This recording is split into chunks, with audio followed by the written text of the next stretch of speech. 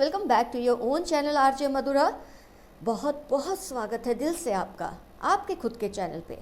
आपके पर्सन आपके टेक्स्ट को देखकर जवाब नहीं देते, आपके इतनी बार कॉल करने पर रिवर्ट नहीं करते, आपकी मिस कॉल देखकर आप खुद डर जाते हैं कि इतनी सारी मिस कॉल है और उसके बावजूद भी आपके पर्सन को कुछ एहसास नहीं हो रहा। सोशल मीडिया पे अगर आप उनको देख लेते हैं और आप उनको पिंग करते हैं तो वो वहाँ से भी गायब हो जाते हैं। ऐसे में आपके दिल पर क्या क्या गुजरती है ये हम ज़रूर समझ सकते हैं। तो आज की रीडिंग से हम क्यों ना ये पता लगाए कि उनके दिल में एक्चुअली क्या चल रहा है, वो क्यों आपको अवॉइड कर रहे हैं, क्यों इतना ज़्यादा इग्नोर कर रहे हैं कि आपकी फीलिंग्स पर जो एक घाव पड़ रहा है, आपके दिल पर जो घाव पड़ रहा है उसका भी उनको एहसास नहीं हो रहा। फ्रेंड्स, कलेक्टिव रीडिंग है आज की। आपके पर्सन आपको क्यों अवॉइड कर रहे हैं, क्यों इग्नोर कर रहे हैं, क्यों खुलकर आपसे बात नहीं करते जो भी उनके दिल में चल रही है।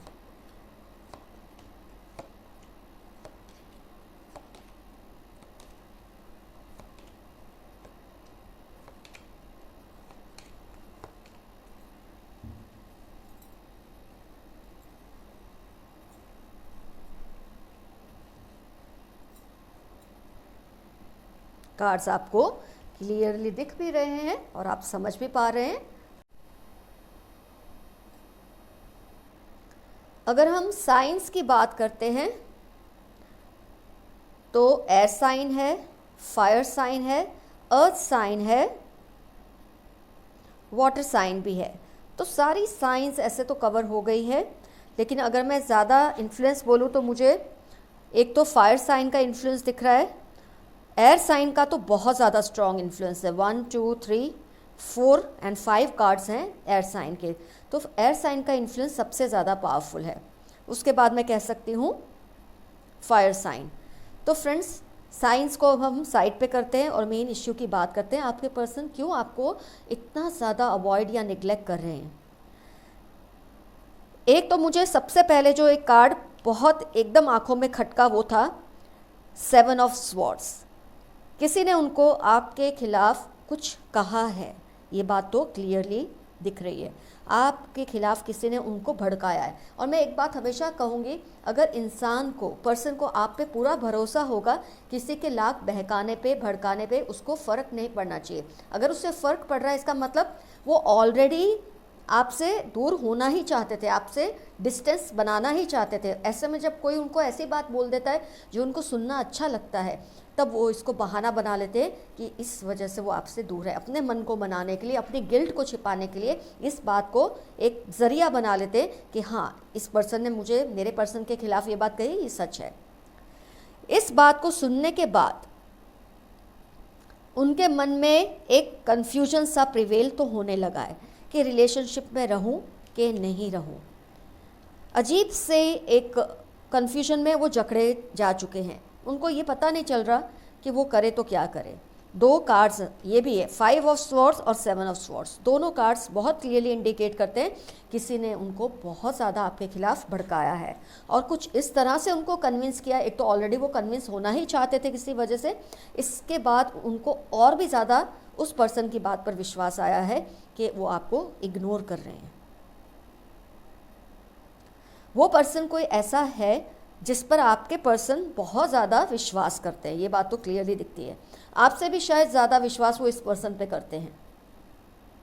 और ये पर्सन कोई मेल मेंबर ही है। इनका फ्रेंड होने का इंडिकेशन मुझे बहुत स्ट्रांग दिखता है, क्योंकि इसमें ये जो पर्सन है ये यंग है। तो मुझे बहुत हद तक ही इनका फ्रेंड होने का एहसास होता है कि इसने पता नहीं किसी जेलसी की वजह से आप दोनों के रिलेशन को ख़राब करने के लिए ऐसी बात कुछ बोली है, जिसकी वजह से आपके पर्सन का नज़रिया आपके प्रति बदल गया है। कुछ तो ऐसा है, लेकिन फिर भी आपके पर्सन को एक कन्फ्यूजन तो उसके बावजूद भी अभी तक है। जस्टिस कार्ड है। उनको इस बात का तो डर लगता है कि जब तक ये बात आपसे क्लियर नहीं करते वो आपको इसके कहने पे इस तरह से ट्रीट करेंगे तो इसका अंजाम कहीं उनके लिए पूरा ना हो, इस बात का भी उनको डर है। लेकिन इस वक्त वो आपसे खुल के बात करने की पोजीशन में नहीं है, क्योंकि इस वक्त उनको आपसे सीवियर ट्रस्ट इश्यूज़ हैं।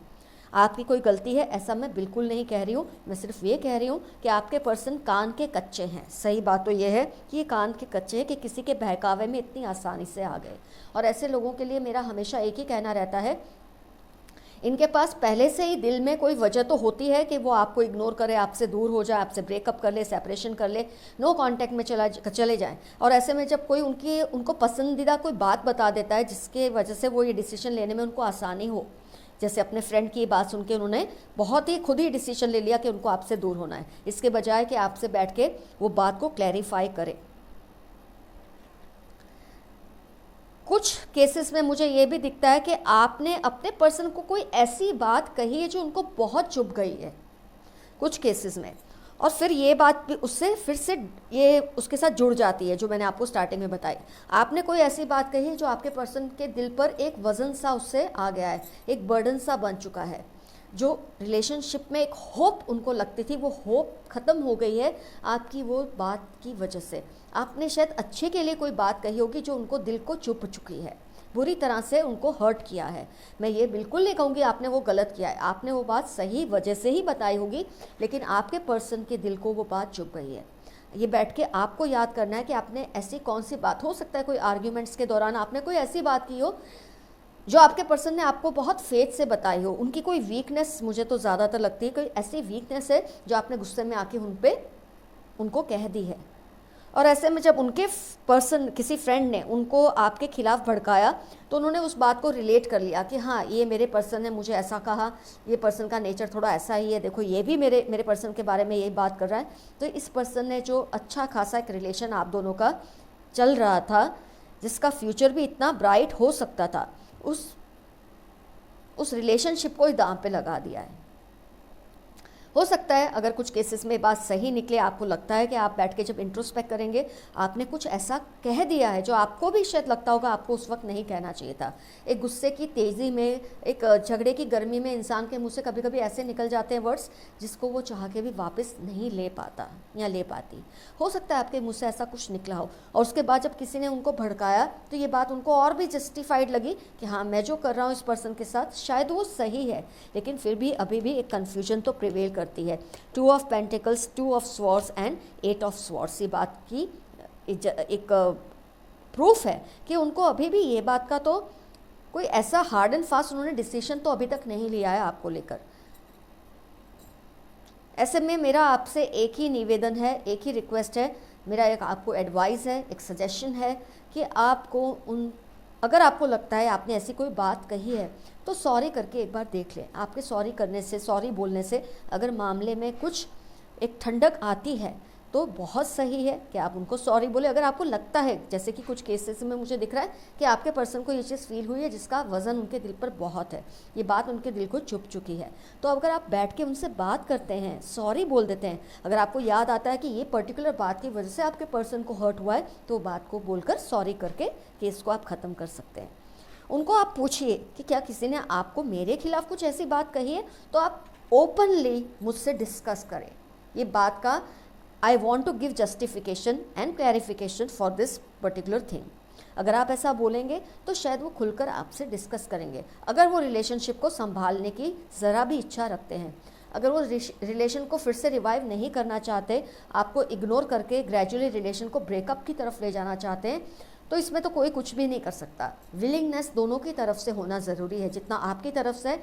अगर उनकी तरफ से नहीं होगा तो चाह के भी इसका कोई सॉल्यूशन नहीं निकल सकता। लेकिन अगर आपको कहीं भी ये बात रियलाइज़ होती है कि आपके मुंह से ऐसा कुछ निकला है तो एक तो सॉरी करें और उनको परसुएट करें, फोर्सफुली पूछिए कि आपको अगर किसी ने मेरे खिलाफ किसी भी तरह से भड़काया है तो मैं उसका जवाब देना चाहता हूँ या चाहती हूँ, मैं उस मैटर को क्लैरिफाई करना चाहता हूँ या चाहती हूँ। अगर आपका दिल ये कहता है, अगर आपका दिल ये मानता है करने को, तो आपको ये भी आजमा कर देख लेना चाहिए। अगर आपके पर्सन की साइड से थोड़ी भी विलिंगनेस होगी, अगर वो चाहते हैं रिलेशनशिप को बचाना, तो ज़रूर सुनेंगे और ये जो प्रॉब्लम है, इग्नोर गेम जो चल रहा है आप दोनों में, ये जो माइंड गेम्स है, ये ख़त्म हो जाएगी।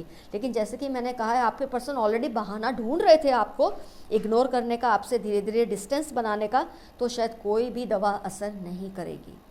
लेकिन आपको अपनी तरफ से तसल्ली से 2 स्टेप्स लेने हैं। एक तो अगर आपने कोई गलती की है उसके लिए सॉरी बोले, और अगर आपको लगता है किसी ने इनको भड़का है तो खुल के बात कीजिए, उनको कहिए कि आपको इस बात का पूरा विश्वास है किसी ने उनको आपके खिलाफ भड़काया है और आप इस बात को कन्फ्रंट करना चाहते हैं। अगर वो उस पर्सन को भी बिठा लेते हैं इस पूरे केस में, आप बैठ के उस बात को क्लियर करना चाहते हैं, तो शायद ये देखकर आपके पर्सन में जो कन्फ्यूजन है कि आपको क्या कहें, कैसे समझाएं, वो दूर हो जाए।